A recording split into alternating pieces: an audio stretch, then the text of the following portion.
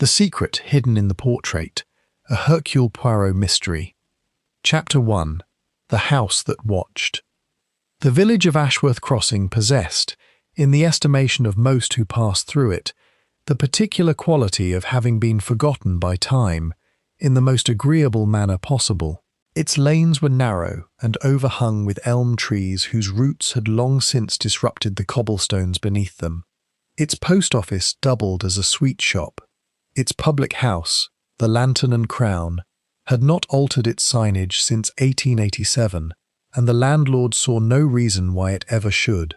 Perched at the far northern edge of the village, beyond the churchyard with its mossy, tilting headstones, sat Ashworth Hall. It was not the largest country house in that part of Somerset, but it was, by universal agreement, the most unsettling. Not because anything visibly sinister marked its character. The facade was handsome enough, Georgian in its proportions, with tall sash windows and a portico of modest columns, but because the house seemed perpetually to be observing the village below it with an expression of ancient, barely concealed contempt. The hall had belonged to the Pembridge family for 4 generations, and the current occupant, Sir Edmund Pembridge, had done nothing to dispel its brooding reputation. He was a man of 63 years, sharp-featured and deliberate in his movements, with the kind of still, measuring gaze that made younger men straighten their spines involuntarily. He had made a considerable fortune in commerce during his middle years before retreating entirely from business, and now devoted his considerable energies to his one consuming passion, portraiture. Not the painting of portraits. Sir Edmund could not hold a brush with any competence, but the collecting and obsessive study of them. The walls of Ashworth Hall were dense with painted faces, ranging from a blackened Flemish panel of the 15th century to a vivid 20th century oil of a woman, whose green eyes seemed to follow one down the corridor. Sir Edmund knew the provenance, the brushwork, the history, and the rumoured secrets of every canvas in his possession. He spoke of his portraits the way other men spoke of their children, with fierce proprietary pride and occasional, bewildering anguish. It was into this peculiar household that a party of guests had been invited to stay for the 2nd week of October, ostensibly to celebrate Sir Edmund's 64th birthday, though those who knew him well suspected the real occasion was the imminent arrival of his most recently acquired portrait, a work attributed, controversially, to Sir Anthony Van Dyck, depicting an unknown noblewoman in a gown of midnight blue velvet. The painting was expected to arrive by Thursday. The guests had been invited from Monday. Among those gathered in the first-floor drawing-room on the Monday evening were persons of notably varied description. Dorothea Pembridge, Sir Edmund's daughter by his first marriage, was 31, handsome rather than pretty, and possessed of a forthright manner that her father found trying and her friends found refreshing. She had recently ended an engagement to a solicitor in Bristol, and had come home with the particular composure of someone who has made a difficult decision and intends not to discuss it. Rupert Calloway was Sir Edmund's nephew by his late sister, a young man of 26 with charm in abundant supply and discipline in notably short measure. He had been through 2 professions and 3 bank accounts, and arrived at Ashworth Hall with the air of someone hoping the landscape might offer him inspiration it had so far declined to provide.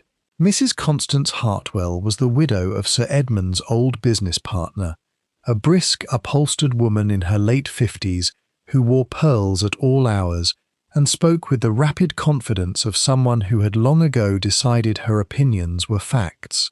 Mr. Leonard Foss was an art historian and appraiser of growing reputation, invited specifically in connection with the Van Dyck.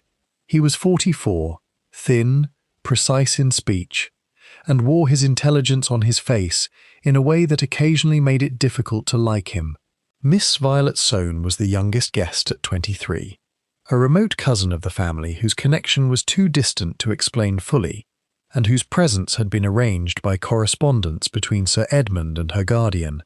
She was fair-haired and quiet, with the look of someone who listened to conversations with more attention than she ever revealed. And there was, finally, Mr. Gerald Fitch, Sir Edmund's secretary and general factotum, a man of indeterminate middle age who wore brown suits and moved through the house with the silent efficiency of furniture that had learned to walk. On that first evening they dined well. The cook, Mrs. Adley, had produced a rack of lamb of considerable quality, and the wine was a Burgundy that Sir Edmund described in terms more appropriate to an emotional experience than a beverage. The conversation moved across the surfaces of several topics without descending too deeply into any of them, until Sir Edmund, setting down his glass with the deliberateness of a man making an announcement, said that he intended, upon the portrait's arrival, to make certain changes to his will. He said it quite pleasantly, as though it were a matter of administrative routine, but the faces around the table shifted, each in its own particular way, like the surface of a pond into which something has been quietly dropped. No one asked what changes. That, Violet Soane would later reflect, was what made the silence so extraordinary. No one asked. Upstairs, in the long gallery where the portraits hung, the painted faces looked out from their gilded frames upon a darkness that the house's electricity did not quite conquer. The unknown noblewoman in midnight blue had not yet arrived, but her frame, prepared in advance by Sir Edmund with characteristic anticipation, already hung in its appointed place, empty, waiting. The house watched the village, the portraits watched the house, and something, already in motion, waited for the appointed hour. Chapter 2. The Third Stair. From the top Tuesday passed in the particular fashion of country house days, when the weather declines to cooperate, and the guests must therefore cooperate with one another. Rain arrived before breakfast, and settled in with the confidence of a guest who has not been told how long he is welcome. Sir Edmund spent the morning in his study, engaged in correspondence. Leonard Foss occupied the library with a magnifying loupe and several catalogues from continental auction houses, preparing his assessment criteria for the Van Dyck. Mrs. Hartwell wrote letters at a small desk in the morning room with the industry of someone maintaining an empire. Rupert Calloway slept until 11, appeared at lunch without apology, and spent the afternoon losing at billiards to his cousin Dorothea, who played with an accuracy that suggested long practice and considerable pent-up energy. Violet Soane wandered the gallery. She had been drawn to it almost immediately upon arriving at the hall, not from any particular interest in art, but from the sensation she could not quite shake that the gallery was the truest room in the house, the one that most honestly expressed what Ashworth Hall actually was. She moved along the walls slowly, reading the small typed cards that Sir Edmund had placed beneath each frame, noting dates and names and the occasional parenthetical notation in Sir Edmund's own careful hand.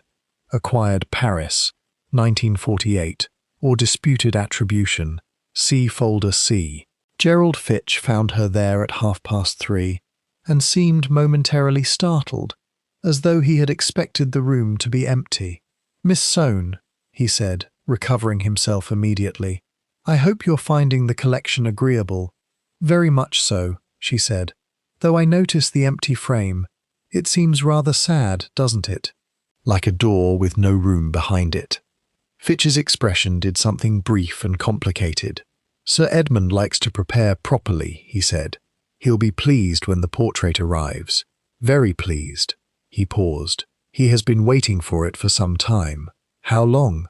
3 years, Fitch said, and the words carried a weight she didn't entirely understand. That evening, dinner was rather more tense than the night before. Sir Edmund had received a telephone call at 6 o'clock. Fitch had summoned him from the drawing-room with a whispered communication that caused the older man's face to contract briefly before resuming its usual composed severity. He returned to his guests without explanation, but he ate less than he had the previous evening, and twice left sentences unfinished. It was Rupert who broke the surface. "Bad news about the portrait, uncle." "Nothing that concerns you, Rupert. Only you seem." "I said it does not concern you." Sir Edmund's voice was quiet and absolute, the voice of a man who has not raised it in anger for so long that everyone in the room understood precisely how much effort that cost him. After dinner, the party dispersed earlier than usual. Dorothea played the piano for a time. Schubert played with feeling, but not quite precision. Mrs. Hartwell went to bed at 9:30. Foss remained in the library. Rupert poured himself a second brandy. Violet Soane sat with a book she was not reading. It was 20 minutes past 11 when the house was jolted by the sound. Not a scream, something worse perhaps. A single heavy impact, followed by a silence that lasted exactly 3 seconds before it was broken by a series of smaller sounds in rapid succession. A thud, a clatter, then the unmistakable sound of a body reaching the bottom of a staircase. Violet was in the hall within moments.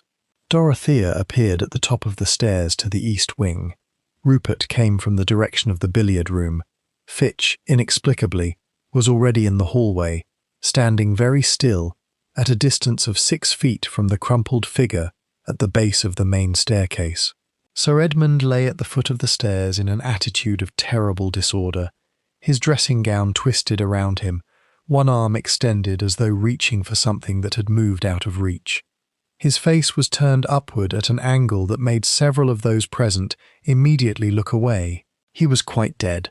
The local doctor, summoned within the quarter hour, confirmed as much without hesitation, though it was the subsequent detail he offered that transformed an accident into something considerably more serious.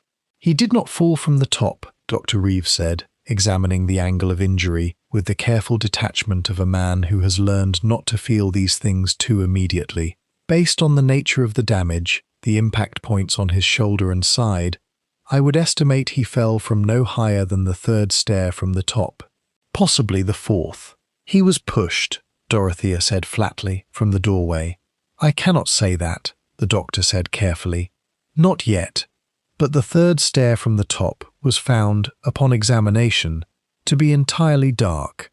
The light fitting that illuminated that particular section of the staircase had gone out, and the bulb, when Inspector Crane of the Somerset Constabulary arrived at midnight and had the intelligence to examine it, was not burned out. It had been loosened, turned just enough in its socket to interrupt the circuit. Turned, the inspector noted with particular care, from above, from the dark. Someone had stood in that darkness and waited. Chapter 3. The Belgian. With the perfect moustaches, Hercule Poirot arrived at Ashworth Hall on the Wednesday morning, 22 hours after the death of Sir Edmund Pembridge, in a motor car that had been arranged by Captain Hastings, who arrived simultaneously in a state of considerable curiosity and mild bewilderment, conditions that constituted his natural habitat. "But Poirot," Hastings said as the car turned up the drive, "how is it you were even in Somerset? I thought you were in London." "I was in London," Poirot agreed serenely. "Miss Soane is the ward of an old acquaintance of mine, Dr. Farquharson of Bath. He received her telephone call last evening and immediately, most wisely, telephoned me. I had intended to spend the week consulting on a matter of some tedium in Mayfair. This, I think, will be considerably more interesting. You knew then that it was murder. I knew that it required my attention. The distinction, mon ami, tends to clarify itself on arrival. He had brought one small case, exquisitely packed, and descended from the motor car with the particular care of a man who does not trust gravel drives. He stood for a moment surveying the facade of Ashworth Hall with those extraordinary eyes that took in everything and revealed nothing, his small, neat figure quite motionless, his magnificent moustaches undisturbed by the October wind. Inspector Crane met them at the door with the wariness of a man who has heard of Hercule Poirot and is not entirely sure whether to be relieved or offended by his presence. "Inspector," Poirot said warmly, shaking his hand, "I have spoken with your superintendent, who is most gracious. I am here merely to assist. As a private observer, you understand. You remain entirely in command." Crane thawed marginally. "We've taken statements from everyone," he said. "No one admits to being on the stairs. The staircase is the only way between the upper corridor and the ground floor, aside from the servants' stair at the back, but that's in the opposite wing. And what was Sir Edmund doing on the staircase at 11:20 in the evening? We don't know. His bedroom is on the first floor. No need to use the main staircase at that hour, unless he was going to the ground floor rooms. The library, Poirot suggested gently. The study, or perhaps the gallery." Crane blinked. "We hadn't established the gallery," Poirot repeated, almost to himself. "Let us begin there." The long gallery in the morning light was a different room from its nighttime self. The pale October sun came through the south-facing windows and illuminated the rows of painted faces with a clarity that the previous evening's lamplight had softened. Poirot moved along the walls slowly, his hands clasped behind his back, his head slightly inclined, as though listening to music that only he could hear. He stopped at the empty frame. It was an ornate thing, gilded and heavy, the sort of frame that announces itself before the canvas it contains. It hung between a 17th-century Dutch interior and a small Regency portrait of a woman in white, and the emptiness within it was, precisely as Violet Soane had observed, oddly affecting. "The Van Dyck," Poirot murmured. "Not arrived yet," Crane said. "No." Poirot studied the empty rectangle for a long moment. And yet Sir Edmund prepared the frame. He was very certain, then, that it was coming. His secretary confirmed it, due Thursday. Poirot turned from the frame with the expression of a man filing something very carefully away. "Now, Inspector, I should like to speak with each member of the household, beginning, if you please, with the secretary, Mr. Fitch." He did not explain why he wished to begin with Fitch. Hastings, watching from the doorway, had long since learned not to ask when Poirot wore that particular expression, the one that suggested conclusions were being reached from premises not yet shared with the class. Gerald Fitch came to the gallery at Poirot's request. Poirot preferred, he explained, to conduct his conversations in the rooms most relevant to their subject. The secretary appeared composed.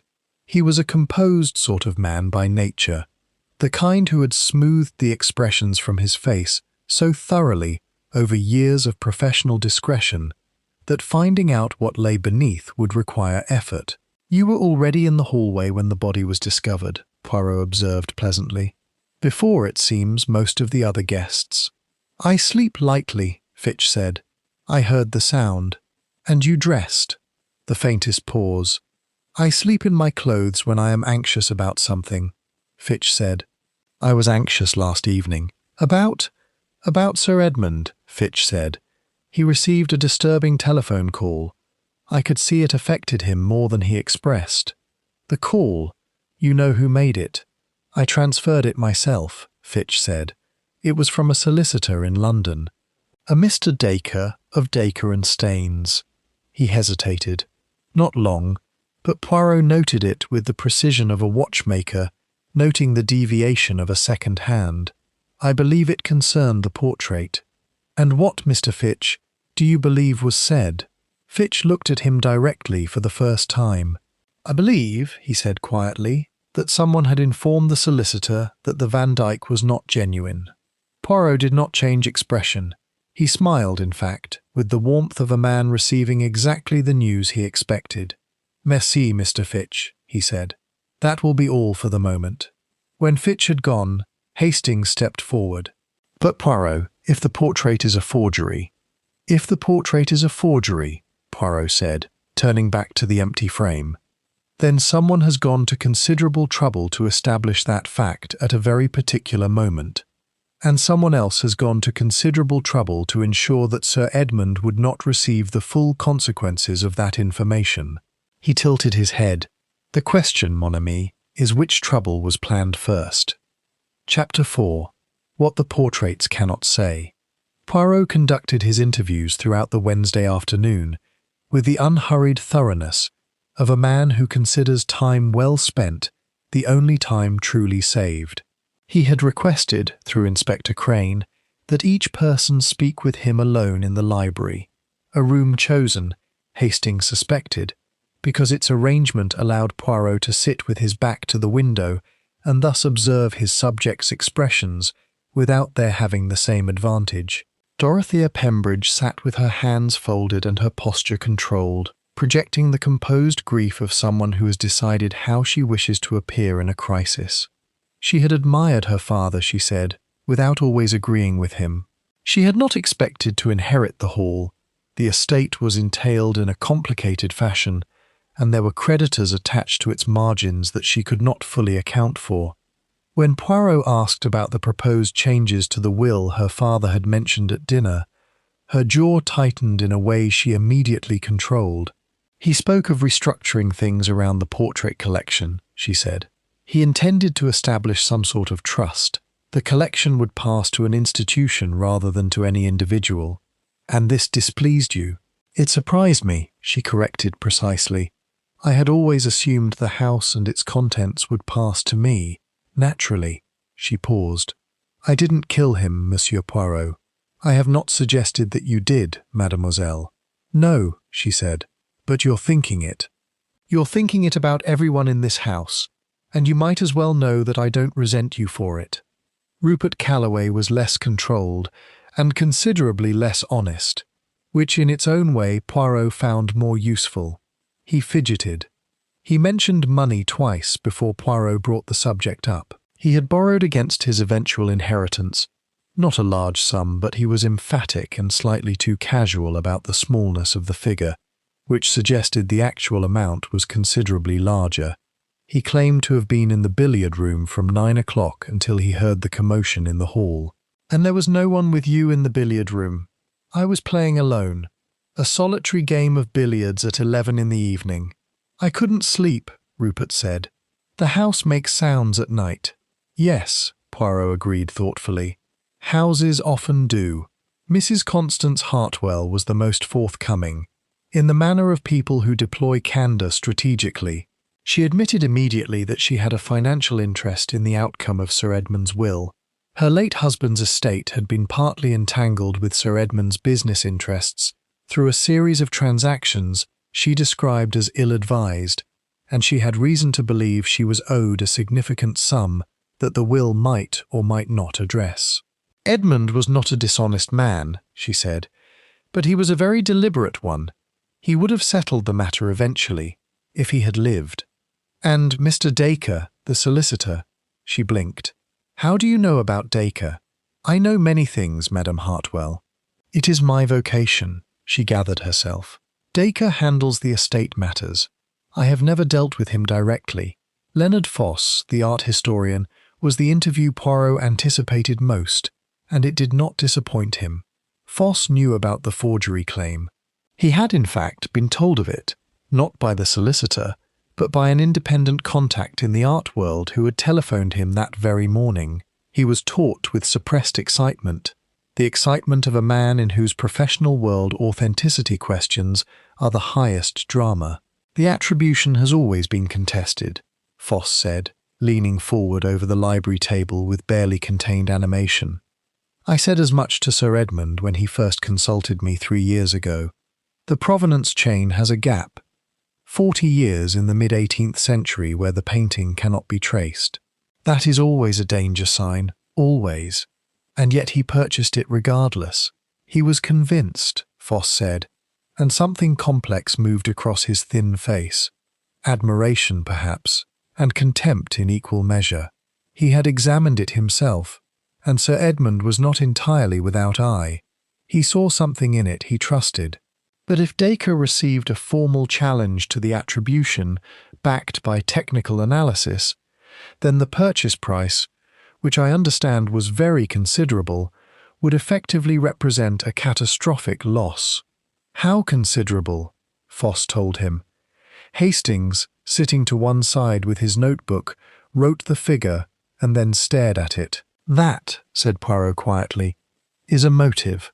For several people, Foss agreed, with the relish of a man who is not among the suspects.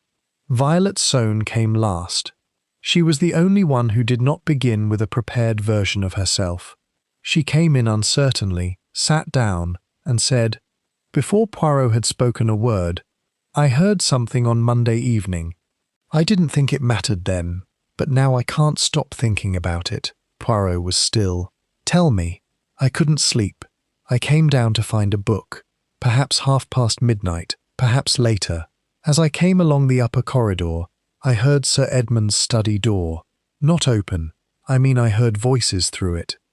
His voice and another. Male or female?" She hesitated. "Female," she said slowly. "I think female, but I cannot be certain. It was low, urgent, and one phrase." She stopped. "Yes?" Poirot's voice was very gentle. The other voice said, "You know perfectly well it was never yours to take." She looked at her hands. "I didn't understand it then. I'm not sure I understand it now." But Sir Edmund replied, and he was very quiet, very controlled. He said, "That is a conversation for after the portrait arrives." Poirot sat in silence for a long moment after she had gone. Then he turned to Hastings, and the expression on his face was not triumph. It was something closer to sorrow. "After the portrait arrives," he repeated softly. "But someone, mon ami, made very certain that after would never come." Chapter 5. The Colour of Convenient Grief Thursday brought the portrait. It arrived in a long wooden crate in a van from London at 11 in the morning, attended by 2 men in overalls who carried it into the hall with the particular reverence people extend to fragile and valuable things. Inspector Crane had debated whether to accept delivery, but Poirot had advised that it be allowed, for reasons he did not immediately share. The crate was opened in the gallery, in the presence of Poirot, Hastings, Inspector Crane, Leonard Foss, and, for reasons no one could quite articulate but no one thought to challenge, all 5 of the remaining household guests. Even Dorothea, who had spent the morning in the private ceremony of sorting through her father's personal papers, came to stand at the back of the room. When the final layer of protective packaging was removed and the painting was raised for the first time in the gallery light, a silence settled over the room that had nothing to do with grief or suspicion or the peculiarities of the occasion. It had to do with the painting itself. The woman was depicted 3/4 length, her dark gown the colour of water at midnight, her left hand resting on the arm of an unseen chair. Her expression was one of extraordinary self-containment, not pride exactly, not serenity exactly, but the kind of composed secrecy that suggested she knew something important and had decided, long ago, that she would never tell it. Her eyes, dark and level, looked out from the canvas with a directness that made several of those present feel, unreasonably, that they were the ones being examined. "Remarkable," said Foss, softly and despite himself. "Yes," said Poirot. He alone among those present was not looking at the woman. He was watching the faces around him. Dorothea's expression was the most revealing. She looked at the portrait with something that was not grief and not resentment, but was close to both. The look of someone confronting a rival they had not expected to find so formidable. Rupert looked uncomfortable. Mrs. Hartwell looked at the painting with an attention that seemed too concentrated, too deliberate. Fitch looked away entirely, a detail Poirot registered with particular care, and Violet Soane looked at the painting for a long moment, then looked at Poirot, and something in her expression suggested she had noticed something, though not yet what. Through the afternoon, Poirot undertook what Hastings privately termed the wandering phase, the apparently aimless meandering through the house and grounds that preceded, in Poirot's methods, the more focused assault. He examined the staircase at length, lying on his stomach at one point to examine the carpet runner with a small torch, to the visible dismay of a passing housemaid. He sat for 20 minutes in Sir Edmund's study without reading or speaking or doing anything that Hastings could identify as purposeful. He spent a very long time in the kitchen, speaking with Mrs. Adley about the household routines, who took what, when, and in what order. "The cocoa," he said, returning to Hastings with an expression of considerable satisfaction. Sir Edmund took a cup of cocoa every evening at 10 o'clock, prepared by Mrs. Adley and left on the tray in the first-floor passage, every evening without exception. And Monday evening, Mrs. Adley prepared it as usual, but she tells me, most interestingly, that when she collected the tray Tuesday morning, the cup was untouched. Hastings frowned. He didn't drink it, but if he was on the stairs at 11, the timing, Poirot said.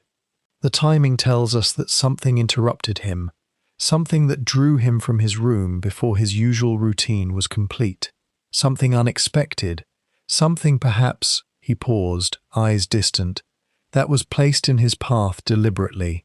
A message, a sound, or, Poirot said, a light.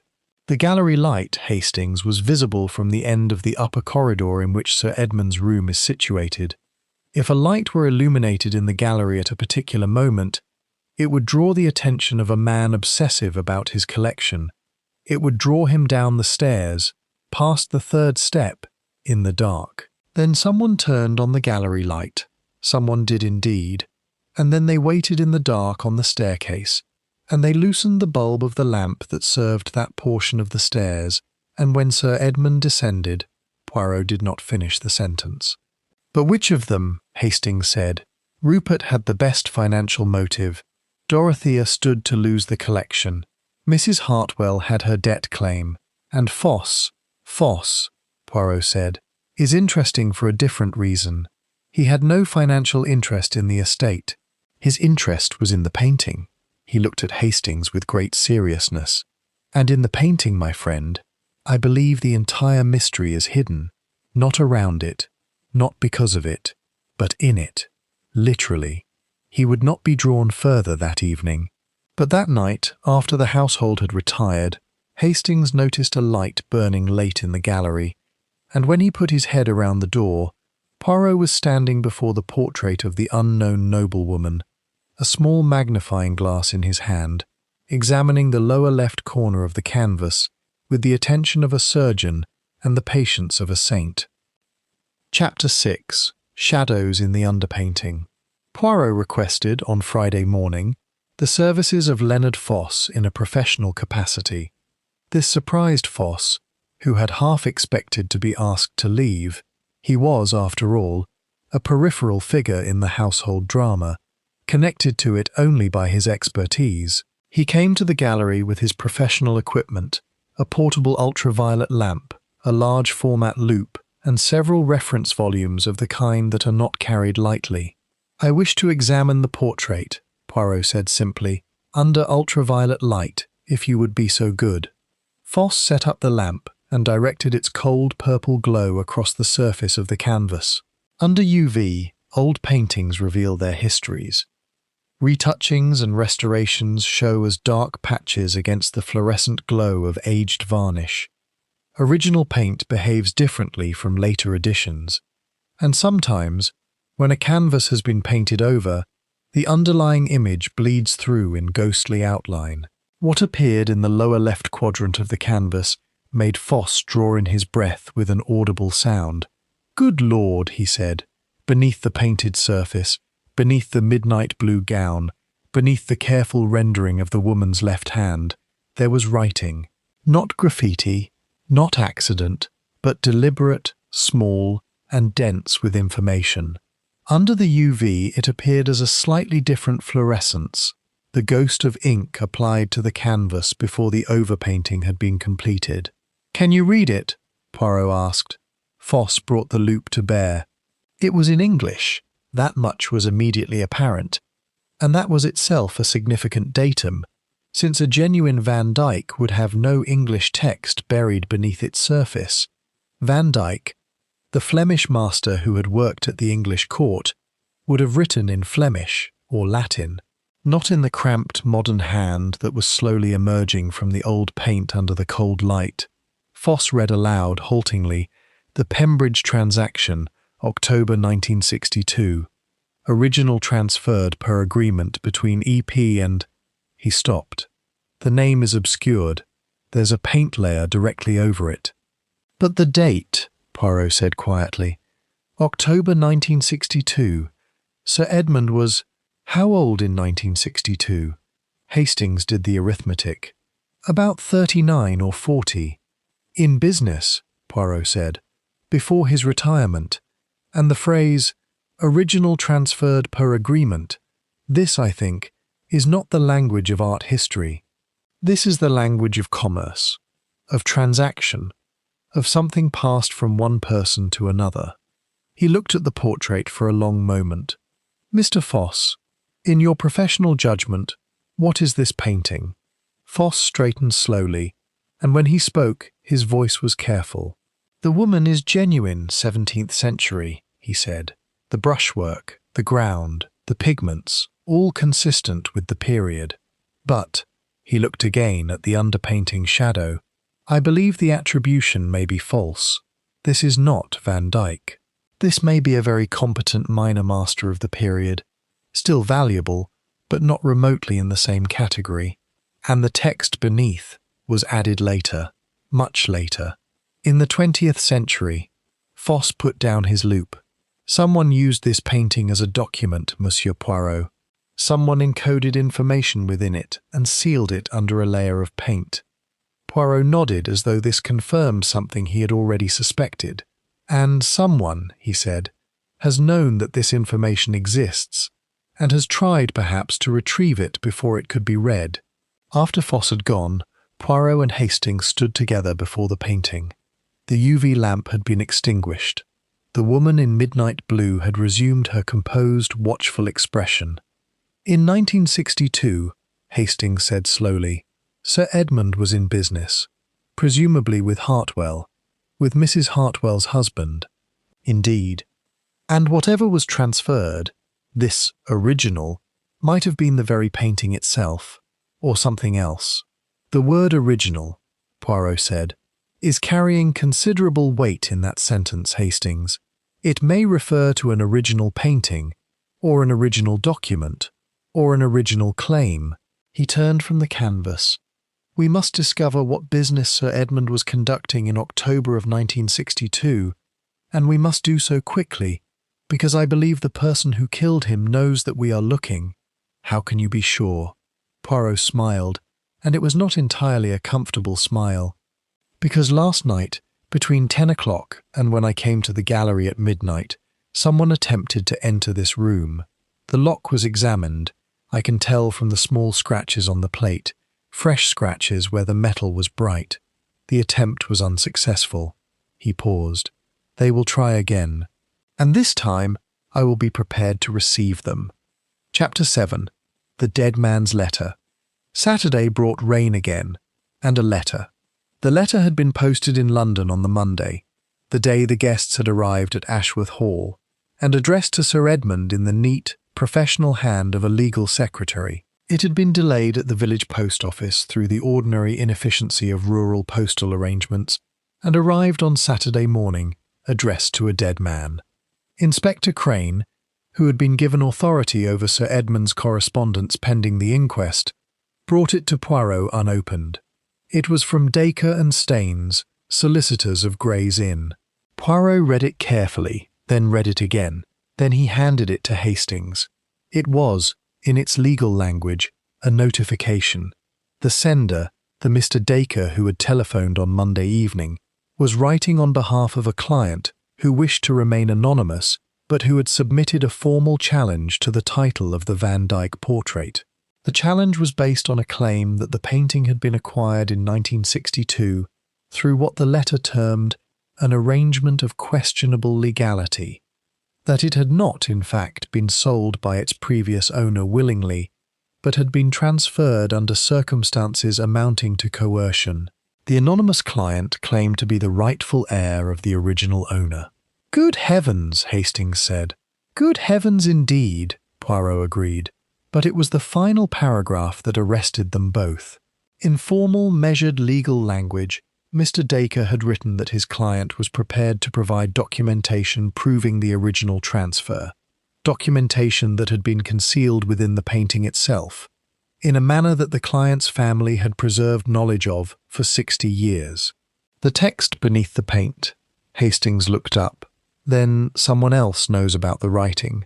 Not only knows, Poirot said, has known for 60 years. The family of whoever encoded that text. They have passed the knowledge down. They know what is written there, and they know how it was hidden. He set down the letter with perfect steadiness.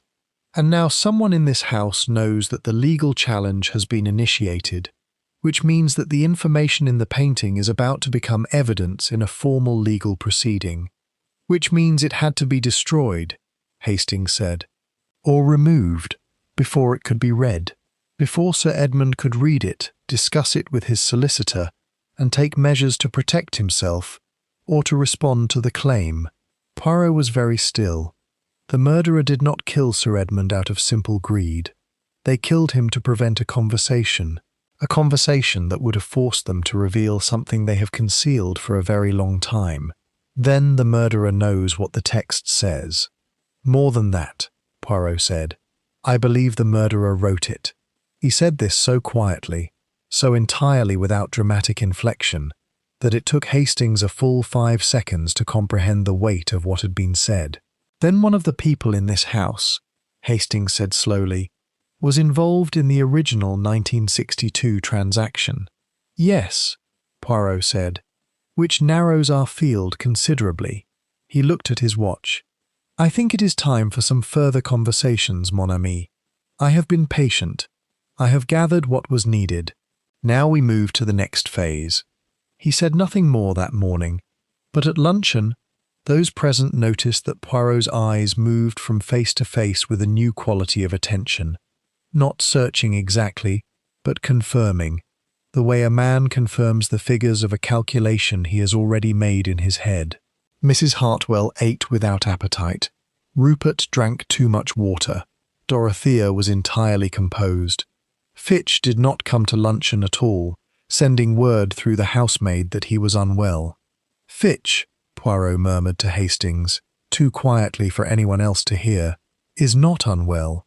Fitch is afraid. Chapter 8. The Weight of an Old Secret. Poirot found Gerald Fitch in his room, a small, neat chamber on the second floor, furnished with the economy of a man who has arranged his life to be easily packed.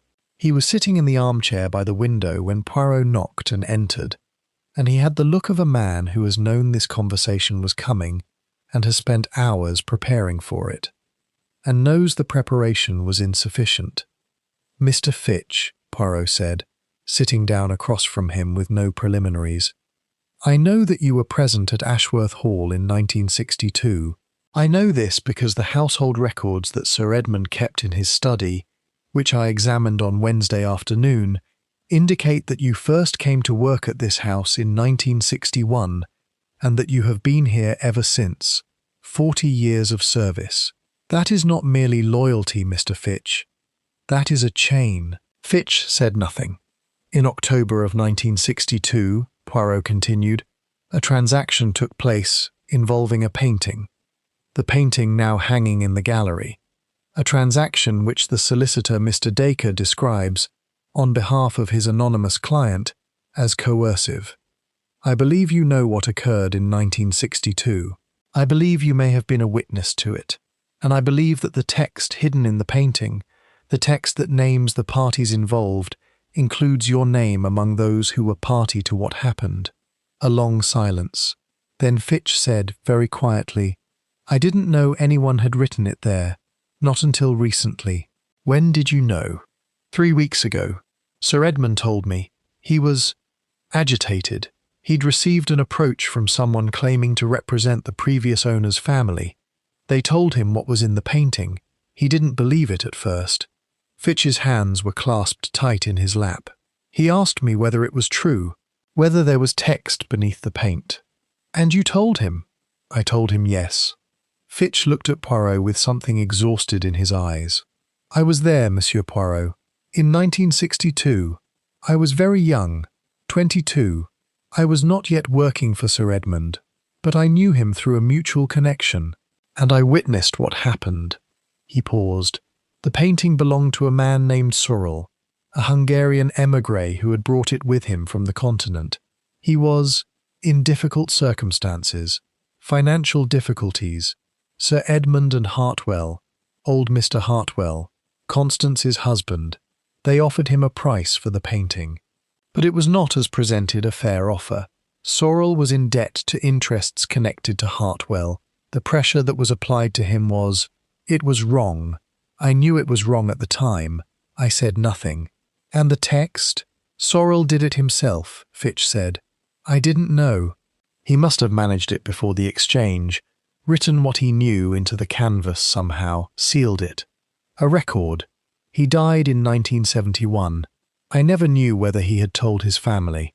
He had told his family, Poirot said.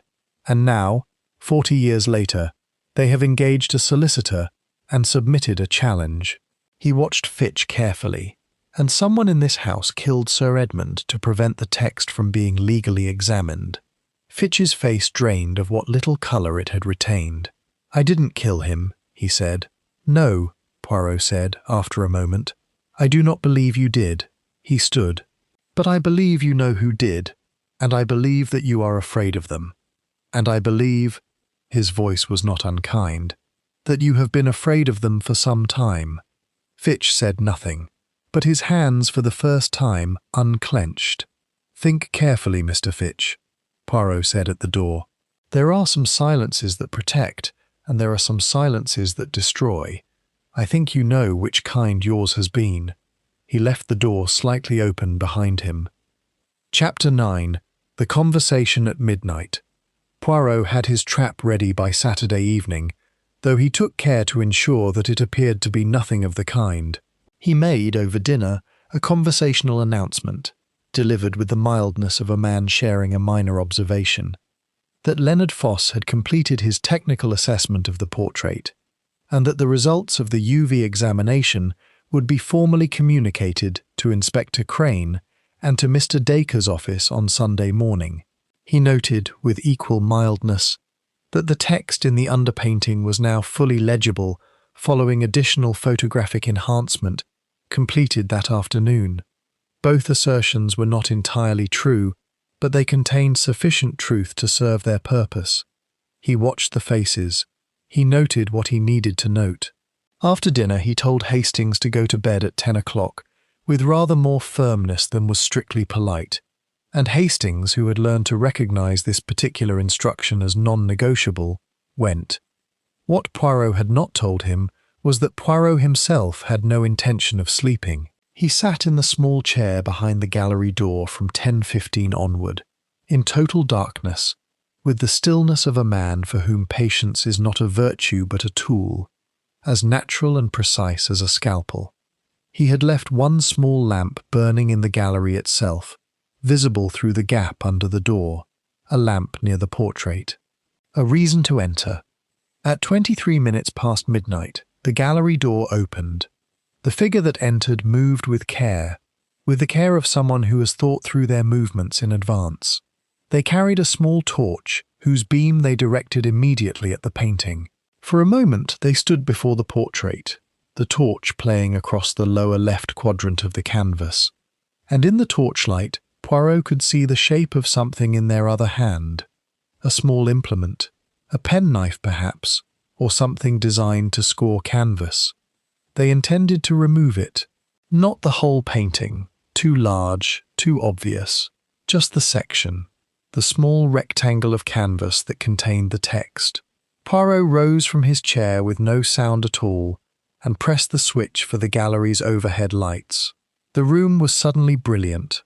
The figure froze, torch still raised, implement still in hand, and turned.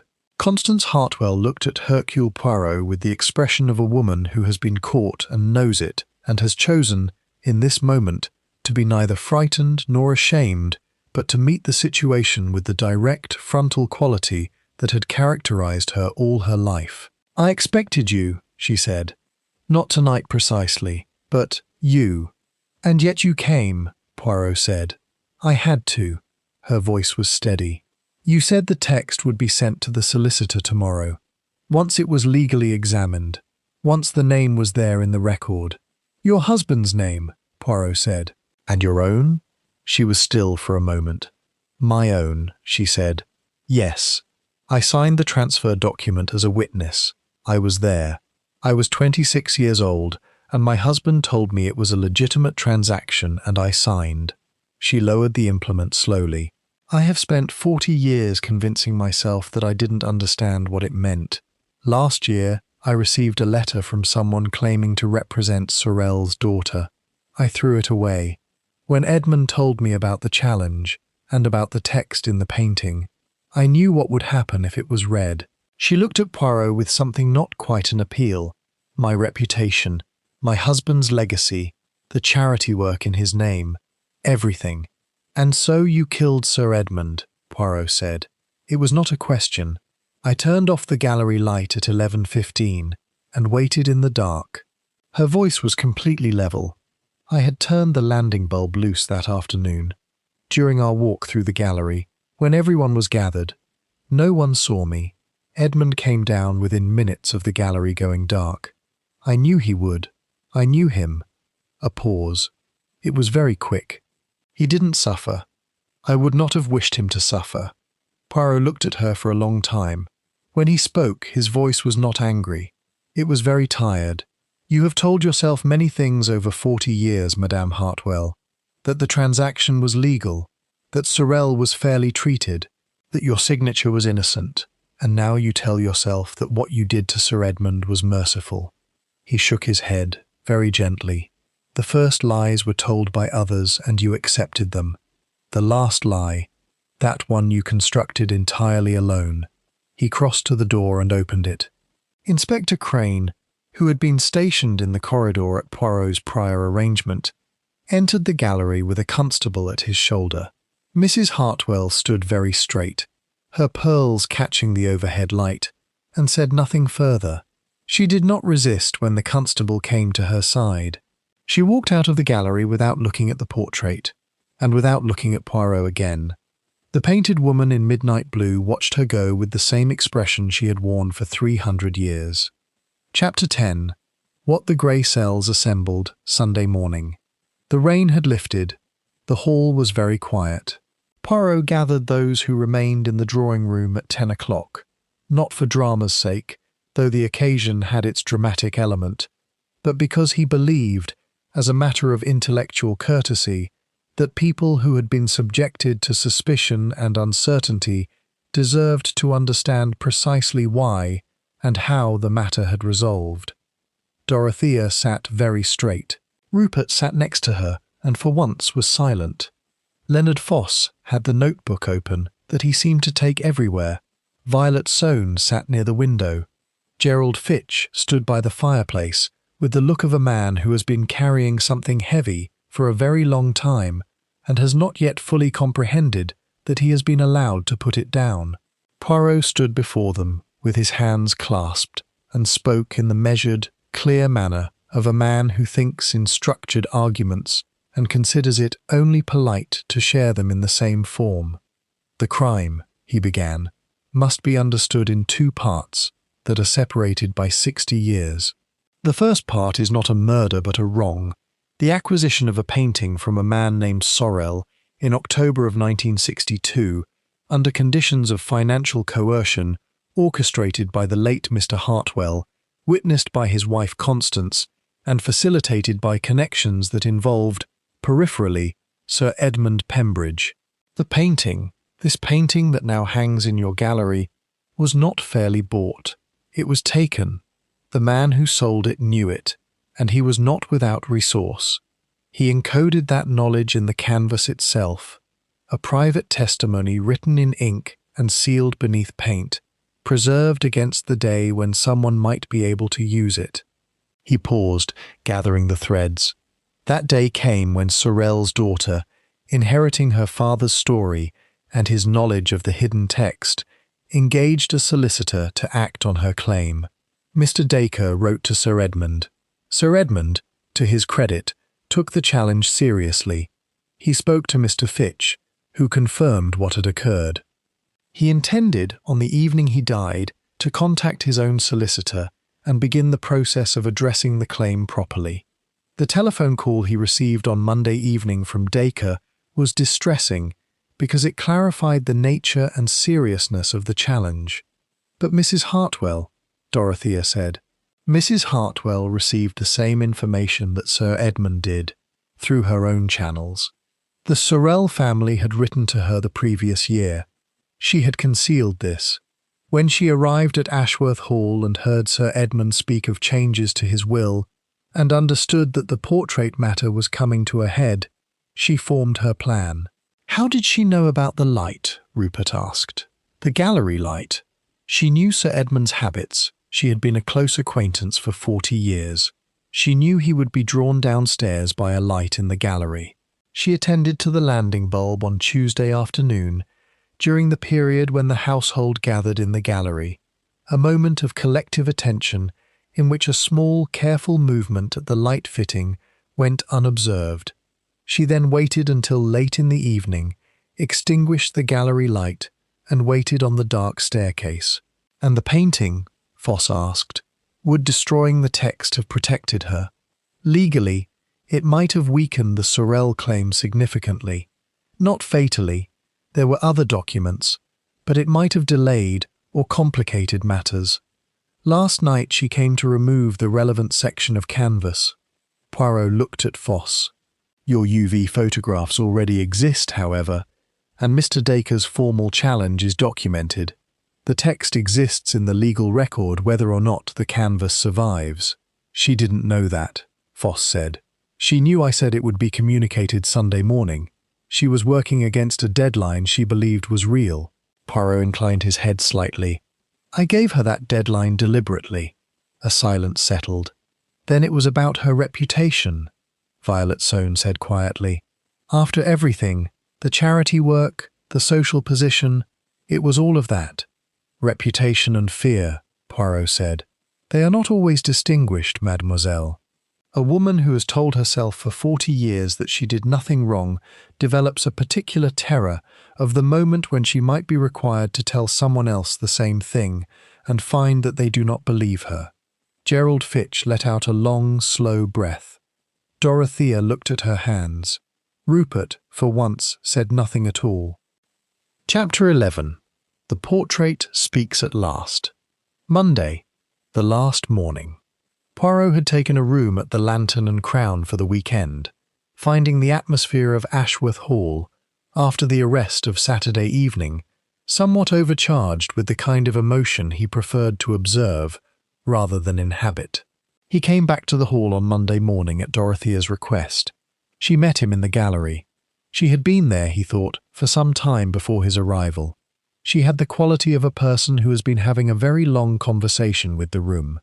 "I want to understand what will happen to the portrait," she said. Poirot considered the question seriously, as it deserved to be considered. "That will be a matter for the courts and for Mr. Dacre's client," he said. "The Sorel family have a legitimate claim. The documentation within the painting, combined with other records from 1962 that Mr. Dacre has indicated his client possesses, makes a reasonable case for restitution." He paused. "The painting may, in time, be returned to them, or there may be a negotiated settlement. These things take their own time." Dorothea nodded. She looked at the woman in midnight blue for a long moment. "It's rather extraordinary, isn't it," she said, "that a painting kept a secret for 60 years. "Art is patient," Poirot said, "more patient than people. The woman in this portrait," he tilted his head slightly, "she has worn that expression for 3 centuries. Whatever secrets were hidden in the canvas below her have not disturbed her in the slightest." Dorothea almost smiled. "My father loved this painting," she said, "even without knowing what was in it. He said, when he described what he felt when he first saw it, he said it was like being known by someone who had nothing to gain from knowing you." Poirot was quiet for a moment. "That," he said, "is the better kind of secret. Not the kind that is hidden out of fear, but the kind that is preserved out of dignity." He looked at the portrait once more. Sorel knew that. He encoded his truth in a painting already full of it, a most appropriate choice. Leonard Foss had departed that morning, having given his formal statement and collected his considerable fee. His report on the painting, careful, authoritative, and thorough in its assessment of what the UV examination revealed, was already in the hands of Inspector Crane and copied to Mr. Dacre. Foss had said goodbye to Poirot with the slightly grudging respect of one precise mind for another. Rupert had left on Sunday evening, quietly and without the usual social orchestration of departure. He had shaken Poirot's hand at the door and said, with uncharacteristic directness, "I'd like to say I'm surprised, but I'm not sure any of us can be, can we?" It was not quite a question. Poirot had said nothing, which was sufficient. Violet Soane remained at the hall at Dorothea's invitation, and the two women had found in each other, it seemed, a companionship that the horror of the week had perhaps accelerated rather than prevented. Violet had telephoned Dr. Farquharson on Saturday evening and reported everything with the composure that Poirot had observed in her from the beginning, and that he now recognized as something more than quietness. It was perception carefully managed. She came to find Poirot in the hall before his departure. "Thank you," she said simply. "You helped considerably," Poirot told her. "The conversation you overheard on the first evening, that is a conversation for after the portrait arrives.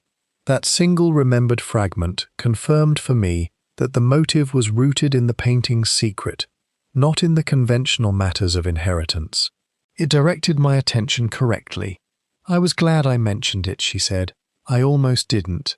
"The things we almost don't mention," Poirot said, "are often the most important." He settled his hat with care. "You have a good memory, mademoiselle. And more than that, you have the rare quality of trusting what you remember. Many people, I find, distrust their own perceptions.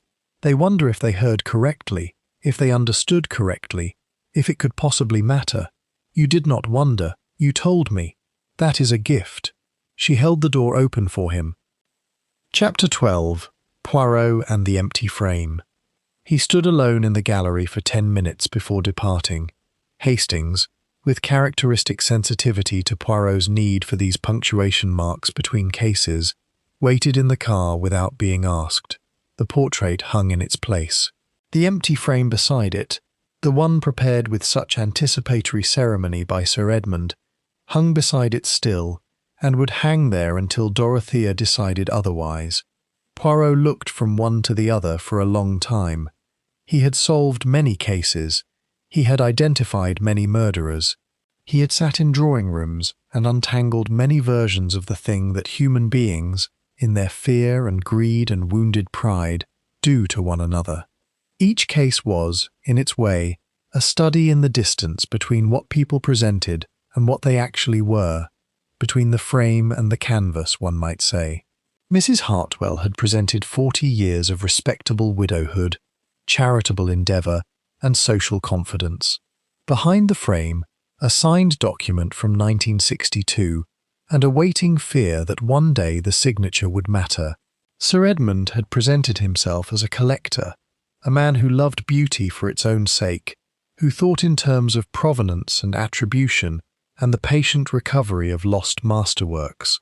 Behind the frame, a transaction in which he had been, if not the primary architect of the coercion, at least an informed beneficiary of it. Fitch had presented himself as a loyal secretary of impenetrable discretion. Behind the frame, a 22-year-old boy who had witnessed something he knew was wrong and had spent 4 decades serving the man connected to it, in the particular penance of those who cannot find the courage for a more decisive reckoning. And Sorel, long dead, unknown in person to Poirot, had presented his painting to those who acquired it from him, and behind that frame, literally within it, he had placed the truth. "You were patient," Poirot said to the woman in midnight blue, quietly, in French, because he felt it appropriate. "You were very patient. And in the end, you were listened to." The painting said nothing. It had already said everything it needed to say. Poirot walked out of the gallery, down the stairs, stepping with particular deliberateness on the 3rd step from the top, and out through the front door of Ashworth Hall into the pale October light. Chapter 13. The Little Grey Cells Reflect. The drive back toward London took them through lanes that were burnished with the last of the autumn colour. Amber and copper, and the particular deep red that Somerset produces in October from its oaks. Hastings drove well and did not speak for the first half-hour, which was, Poirot reflected, among the things he valued most in his friend. "I keep thinking about something," Hastings said eventually. "Only one thing?" Poirot said. "You are improving in your powers of concentration." Hastings accepted this with his usual good nature. "Fitch," he said. "He's been there for 40 years carrying that knowledge. What happens to him now?" "He will give his testimony as required," Poirot said. "He is not charged with any offence. He was a very young man who witnessed something and said nothing, and while that is a moral failing, it is not a legal one, particularly at this distance. He will most likely retire. He has saved carefully. I noticed evidence of financial prudence in his room that suggested a man who has planned for an exit." He paused. "What happens to people who carry secrets for 40 years and are then relieved of them, Hastings, is not always what you might expect. Sometimes they are simply very tired." "And the Sorel daughter? Will she get the painting back?" "I believe a reasonable settlement will be reached. The legal case is strong, but the painting itself exists in a complicated position. It is genuine 17th century work, even if the Van Dyck attribution is false, and it has been in Sir Edmund's legitimate possession in good faith for some decades." Poirot considered. "Dorothea Pembridge struck me as a woman capable of doing the right thing when the situation is clear enough. I do not think she will contest the claim harshly. What about the will changes he mentioned at dinner?" "Ah." Poirot settled back slightly.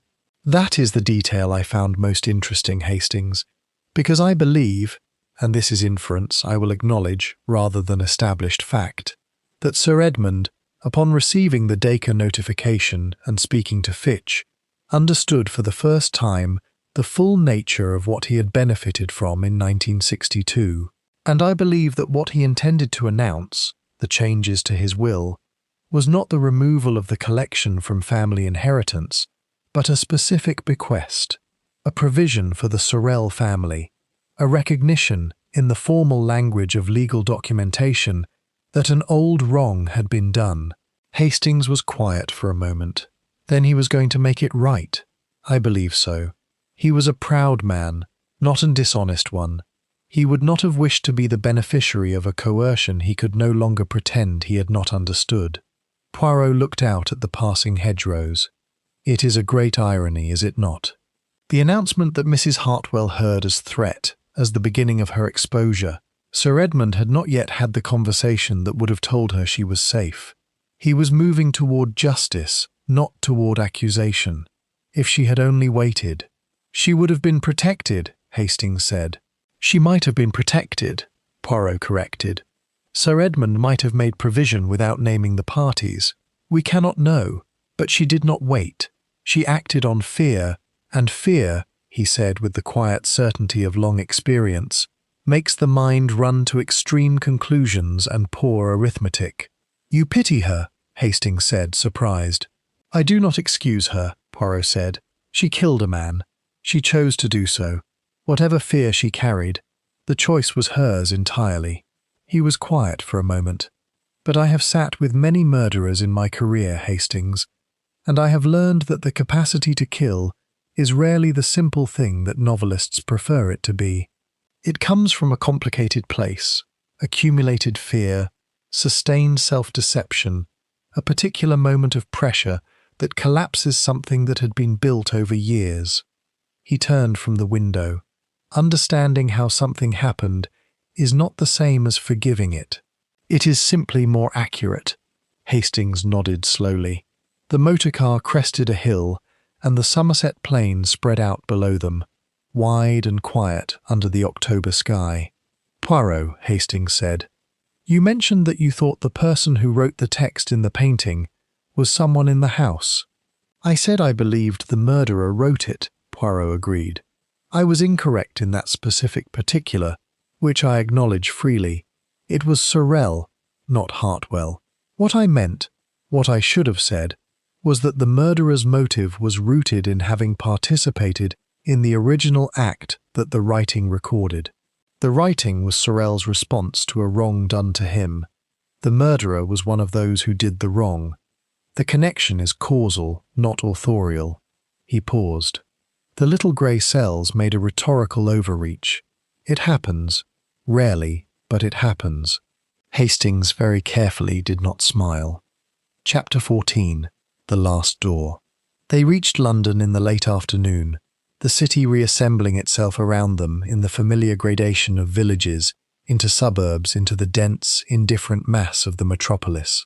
Poirot directed Hastings to his own address first, as he always did, and stood on the pavement for a moment before going in. "Will you come up?" he said. "For a moment," Hastings agreed. The flat was as Poirot had left it, immaculate, ordered, the small symmetries undisturbed. He hung his hat and coat with careful attention to alignment, washed his hands in the bathroom with the thoroughness he always applied to this first act upon returning from a case, and came to the sitting room, where Hastings had settled into his usual chair, with the ease of long habit. Poirot prepared tisane and brought it to the table. He sat across from Hastings, and for a moment neither spoke, which was not uncomfortable. "A painting," Hastings said at last.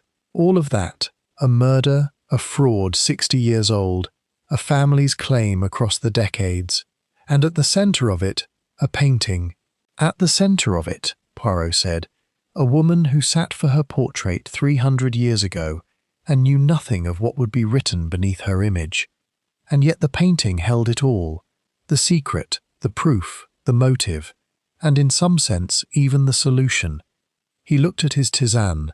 "When I stood before that canvas in the gallery, before I had spoken to anyone, before I had examined anything, I had already the beginning of an intuition.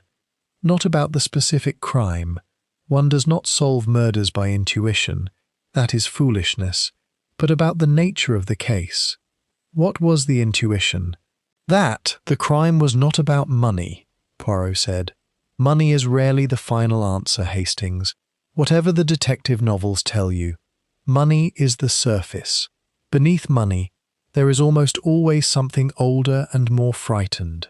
Reputation, love, shame, the fear of being seen clearly for what one is. Mrs. Hartwell did not kill Sir Edmund because she wanted his money. She killed him because she could not bear to be known." He set down the cup. "That is the oldest motive of all. It predates property law and inheritance and wills, and everything the detective story loves to place at its centre, the fear of being truly seen." Hastings was quiet for a moment. "The painting," he said. "The woman in it. Do you think she knew what was hidden there?" Poirot smiled. A genuine smile, rare enough to be distinctive. "She knew nothing. She was painted. She sat still. She looked out at whoever would eventually look at her. That is all she did. But that gaze," he tilted his head slightly, as though the portrait were visible to him still, "that gaze of complete, composed attention. I think it is not impossible that whoever chose to hide a truth in that canvas was moved by that quality. A woman who would keep a secret without having been asked. A woman who would not look away." He paused. "Sorel was, I think, a man of some poetry." Hastings raised his cup in a small, instinctive salute to the dead Hungarian and his hidden testimony. "What will you do tomorrow?" Hastings asked. "Tomorrow," Poirot said, with the equanimity of a man who has tidied one corner of disorder and is prepared to move to the next. "There is the matter in Mayfair that I postponed. A tedious business involving a missing item of jewellery and a man who is very certain he knows who took it, and very certainly wrong." He sighed minimally. "It is not a portrait mystery. It will not require UV lamps or 60-year-old transactions. It will require patience and the slow dismantling of someone's comfortable certainty." He rose, straightening his already perfect waistcoat. "This is the nature of the work, Hastings. One does not choose the interesting cases. One is chosen by them." He walked his friend to the door, where Hastings paused. "Poirot, the empty frame. In the gallery. The one Sir Edmund had put up before the portrait arrived." Poirot tilted his head. "What do you think he intended to put there?" Once the Van Dyke was in its place? Poirot considered this for a moment with what appeared to be genuine pleasure. "I do not know," he said. Perhaps he had something in mind already. Perhaps he was leaving space for a discovery not yet made. He smiled. "An empty frame is not always a lack, Hastings. Sometimes it is a readiness, a preparation for something not yet arrived." He opened the door. A most underestimated condition. Hastings went down the stairs. Poirot closed the door with the soft, definitive sound of a chapter properly ended.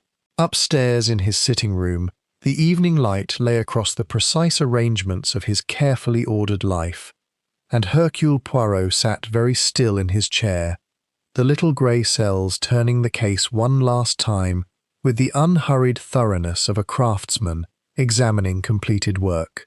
Not for satisfaction, though satisfaction was present, but for anything missed, anything not fully accounted for, any small remainder that might have been handled better or seen sooner. He found 3 such small things, as he always did. He noted them with scrupulous honesty. And then, because the work was done and the hours asked for their due, Hercule Poirot permitted himself to rest. Fin,